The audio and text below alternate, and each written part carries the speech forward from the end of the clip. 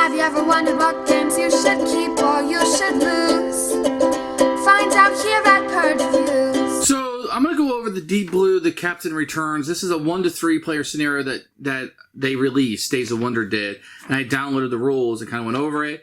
It's particularly interesting because you can play solo. So I'm going to explain the solo rules, but it's all the same. So if you want to play with 3 players, the rules are the same, and I'll kind of point out how the solo is different. There's one tiny rule difference, but I'll kind of show you that. But this can be... So the Captain returns a host of ghost boats to reclaim the lost treasure.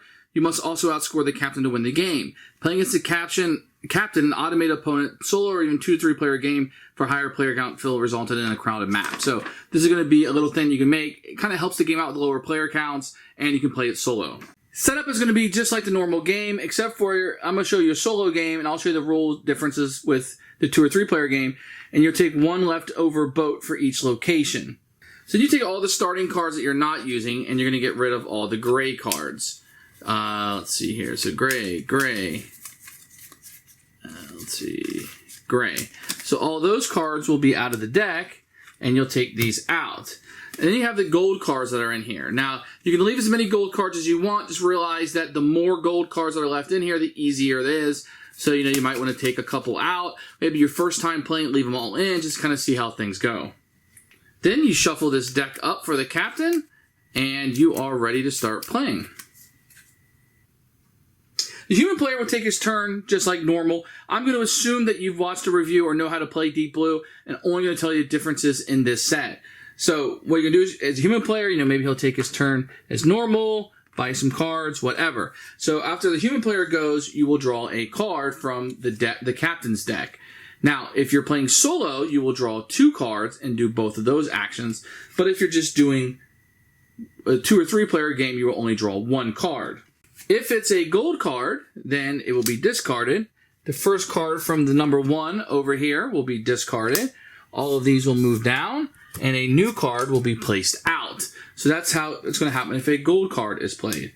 If a propeller card is played, then you will move a ship 1 or 2 spaces, depending on what the number is on the card. He will always move towards the closest wreck. If they're already on a wreck card, then you would just dive. So when he's moving to a location, he always fills in counterclockwise. So he'll start out the top, which will protect him in most cases.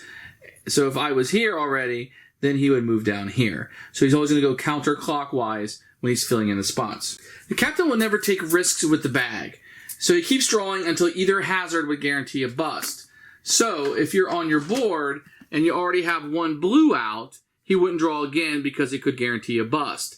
If he had a black out, he wouldn't draw again because he's already going to guarantee a bust. Unless, like in this case, let's say he was right here on the black. Well, the second black wouldn't guarantee a bust because he could just move over there. So he wouldn't bust until the third one. Or once the 2 are out, then he would go up for air.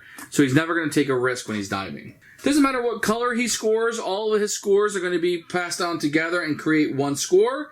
And then you're trying to outbeat the captain. That's what you're trying to do in this scenario. So all other rules of the game are put in place. The human player's turn will go the same. You just have a couple of these AI things you'll be doing with the captain, and you just want to beat his score. And that's how you play the Deep Blue, the Captain Returns scenario. Now, what do I think about this? I think it's a really fun way to kind of play this game 1 player.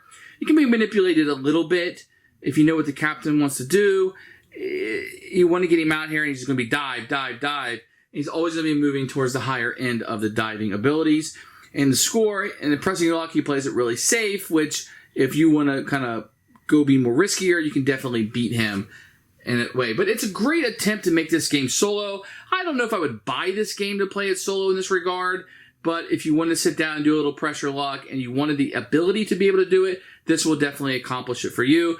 So this is a win for me, but not my favorite solo scenario available. With 2 or 3 players, it does help crowd the board up a little bit, so you might like that experience a little bit better.